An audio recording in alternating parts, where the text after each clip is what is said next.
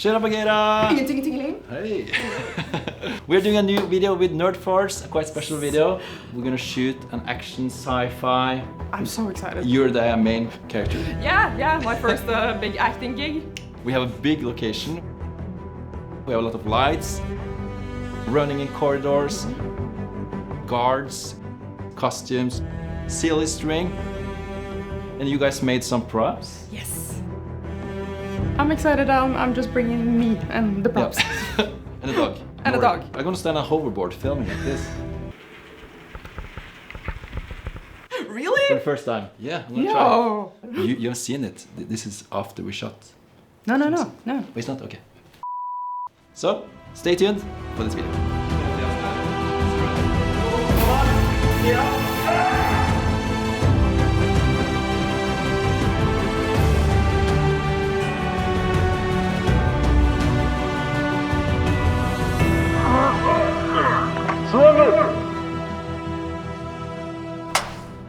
We have been collaborating with Nerdforge before when they made a chest for our fantasy film Distance, and also when we 3D scanned their miniature castle and then placing Martina into her own castle using virtual production. Now Nerdforge wanted to create a sci-fi action sequence to promote their new merch, and they asked our production company VJUS to make that commercial.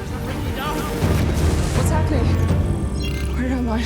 For this film, the locations were really important, also the props and the costumes. The first location was going to be inside a white eternity room, so we decided to shoot that in our studio. And the second location was at a factory, like an abandoned big place, and I thought about a place close to where I live, where we could film that. Martina and Hansi had their own costumes, Nori had his own fur, so that's okay. But for bad guys, we needed some black leather jackets and some gray stuff to make them really boring, because they want to steal Martina's fantasy and creativity. They're kind of the opposite of Martina. Costumes has a lot to say about the character, so finding the right costumes was very important. Okay, now we're at Filmparken på Jar, which is a place where you can look at costumes. And here we have over 100,000 types of costumes. We haven't landed 100% how it should look, so we're gonna test a little bit and see what could fit. It's gonna be a fun day. Noe sånt som det her kunne jeg eid. Ja, det er jo 80-tallet. Det er dritkult.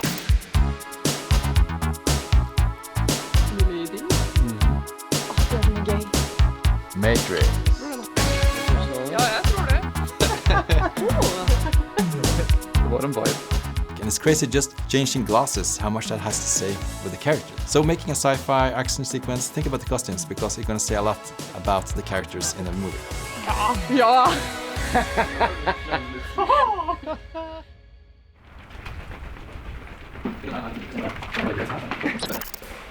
This is a completely white room, as you can see, so not so interesting. But we're gonna add lights to make it really nice. So let's go from this to this. Not much, but it gives a huge effect. We use some Godox spotlights and some panel lights, and mixing that with smoke, you can create a really nice effect. Da tenker jeg vi overshåler, vi følger Martina, og så går vi over på at hun slipper ut hunden. Farming 1, farming 2. They're gonna take it! Take what? They have the backpack! They're gonna take it! Bye, Nori! You don't care about me? Takk. Kjempefint. Takk. For props in this video, we needed a safe, like a fantasy safe in a way. So they made that. Of course, Nerdforge, they make everything, so they can just make anything. Litt mindre på veggen bak. Vær så god!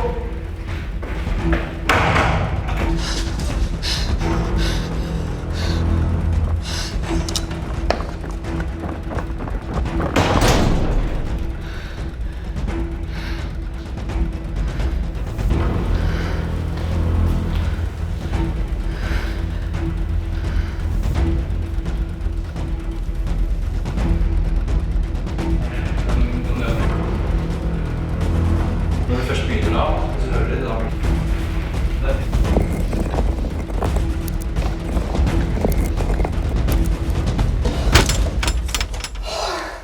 I knew it. You will never have my ideas. A hot hot glue gun. That's all you got? Oh, you never felt the pain of hot glue, have you?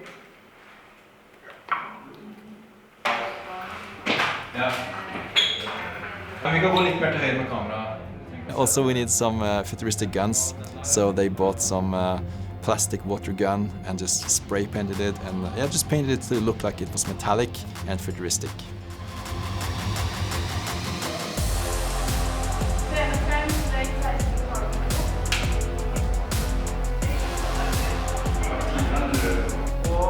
Varsågod.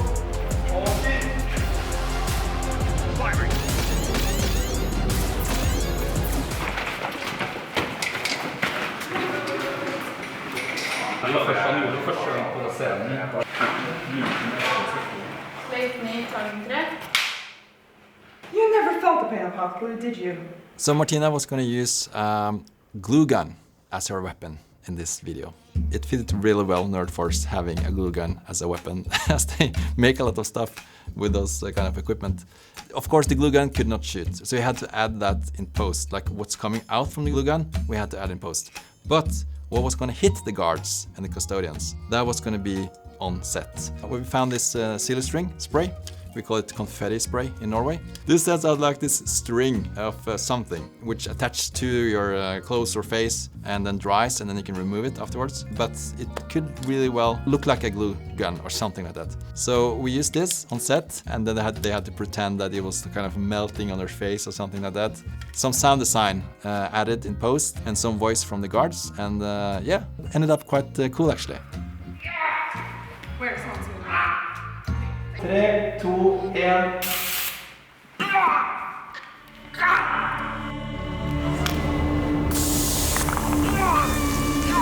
Silly girl. You think you can handle us?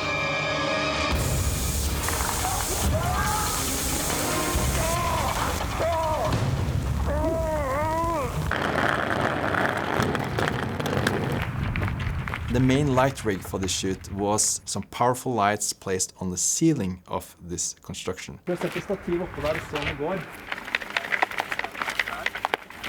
to roll your cable all the way out if you have full power to avoid heat. We're going to add 2 or 3 strong lamps on the ceiling, pointing down into the room. They have to be quite powerful because it's a big room. We have 1000 Aperture 1000C. We have the Godox 2400R.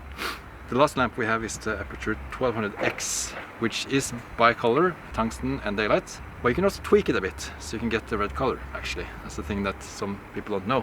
This whole factory was white. The challenge with that is that when you use the light, it will bounce in the wall and create kind of a soft light through the room. So if you want a lot of contrast, you have to think about not spreading light too much. It was a little bit of a challenge to use haze and smoke in this factory because we had to cover the smoke alarms and they were high up in the ceiling. It was just too much of a risk climbing up there, you could fall down. So we ended up not using haze in the big hall, which also meant we wouldn't get the light streaks that we wanted to get from the ceiling. The best would be to achieve this on set, of course, but there are some ways you can fix this in post as well. In DaVinci Resolve, you can add some light rays. There are some ways you can add fog and stuff like that in post-production. So try it out. Like DaVinci Resolve has a lot of nice features nowadays. Yeah. You have gimbal, you have Steadicam, you have sliders, dollies, and you have hoverboard. I wanted to try and use a hoverboard. I know some people have a hoverboard laying around. Try to use it for moving shots, especially when you have on a place where you have a concrete floor. I know a lot of people in the crew doubted that this would work very well, but I thought, let's try. I think I'm able to do this. As in the previous video where we shot the music video inside a cave, I looked a bit stupid. I looked like a drunk tourist, as you can see here. There's so many ways you can film. Just be creative. Use what you have. Sometimes you find some solutions which look stupid, but it works really well. And that's the most important. It was spectacular. I had no idea. You looked like a professional. So I was operating the camera, following Martina. Mathias was doing the focusing on the Axon M7 Pro monitor. With the monitor being lightweighted, the cinema lenses being lightweighted, you can actually have a rig like this and stand on a hoverboard. Yeah, nice setup. It was actually Mathias over there who rigged this up. Oh, look at this sexy beast. Good job, Mathias. Thank. Thanks to DZO for sponsoring this video with their lenses, the Vespid2 prime lenses. We have a kit here now. It's T1.9. It's great for low light. We're gonna have some low light shots today. And it also has an electronic contact. And also acts soon with the M7 Pro monitor, which became really in handy. As we used the DZO Vespid2 prime lenses, cinema lenses, we had to focus manually, and then it's great to have a monitor like the Axoon M7 Pro, which is really lightweight. You can use this monitor as a monitor on the camera, of course. With a future update, you can also send the signal from the monitor to a receiver, so it's both a monitor and a video transmitter at the same time. It also has all the features you need. The colors are calibrated, which not a lot of monitors actually are, so that's great. And you can install Android on this one. So you can add like apps, Sidus Link app to control the lights. So really check this monitor out. There's a link in the description, because so far, so good. Where's Hansi and Nori? Here! He's in the woods! You're right! Det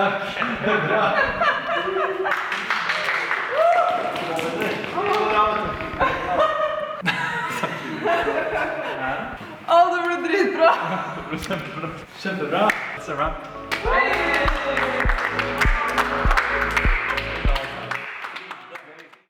It's day 2 and we are in our film studio in Oslo, and now we're gonna film the rest of the scenes. The first scene in the commercial is a traditional Nerdforge intro. She is at her own studio, but then something happens and she glitches into this white eternity room. We decided to shoot here in our studio. We have a white cyclorama here at our production company VJUS, and by making the light very, very soft, we could then film different people in front of the cyclorama. Even though we only had one guard dressed up for this shoot, we could duplicate that person into hundreds by using this white background. How does it feel to play the big villain? It just feels natural to me. Wow. I'm just made up like that.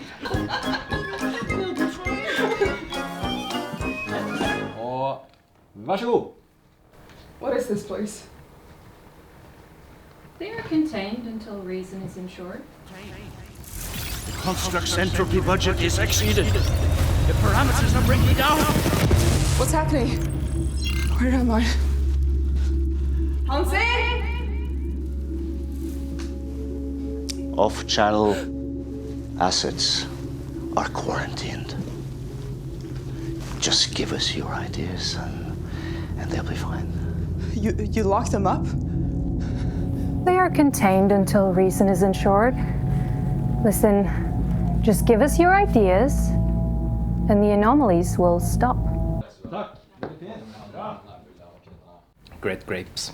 Hansi and I was working a little bit together on this script, and I thought it would be really fun to have Martina running around in this white eternity place. So to be able to do this, I asked our apprentice Mathias Fottland for help to find a treadmill, because I've seen a YouTube video where they painted the whole treadmill green and then keyed out the treadmill to make it look like the person was running in a different place. Close-ups, that's okay, because then you don't see the treadmill, but when you're doing wide angles, you will see the treadmill, so we had to make it easy to key it out of the frame.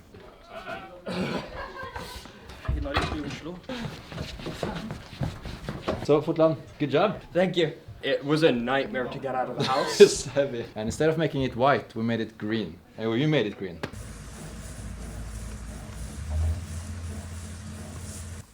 Den letteste jobben noensinne. Okay, it's going to be fun to test it out. Measuring the height for the running shot, so the camera is matching with the levels, so it doesn't look off. To make sure we had all the angles we needed for the running and chasing scene inside this white eternity room, and we made sure we captured every running in different angles, and then doing this with Martina and the guard. The guard was going to play a lot of guards. So first we filmed him with one rifle, and then we just changed the rifle, and then we could just copy them to look like there were more people in the room.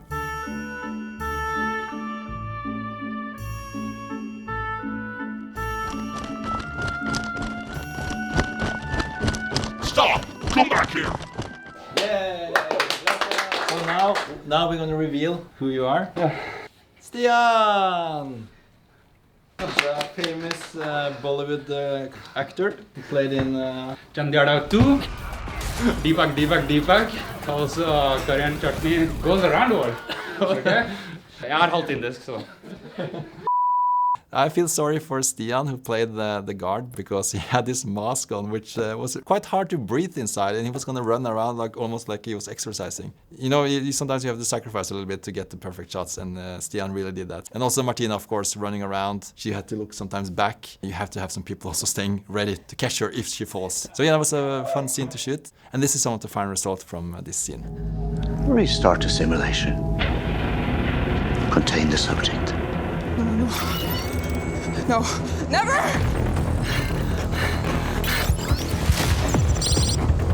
We're gonna do some match cut from what we shot yesterday to the studio.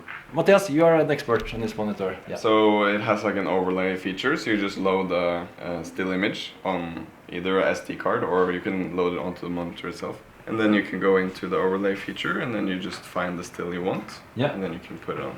If you can be like in a running position, Martina, with your left hand a bit up. So trying to match the frame from yesterday. 3, 2, 1.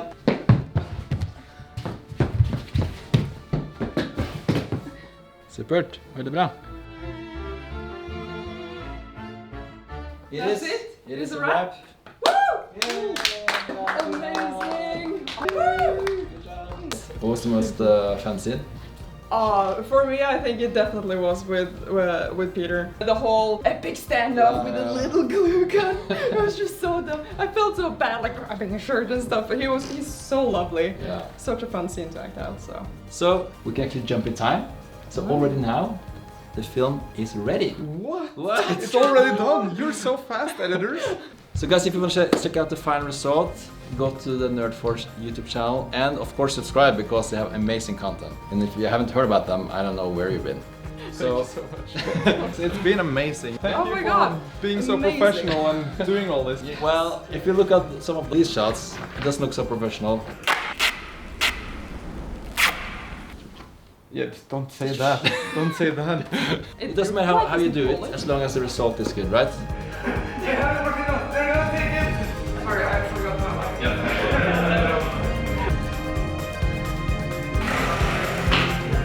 Freeze!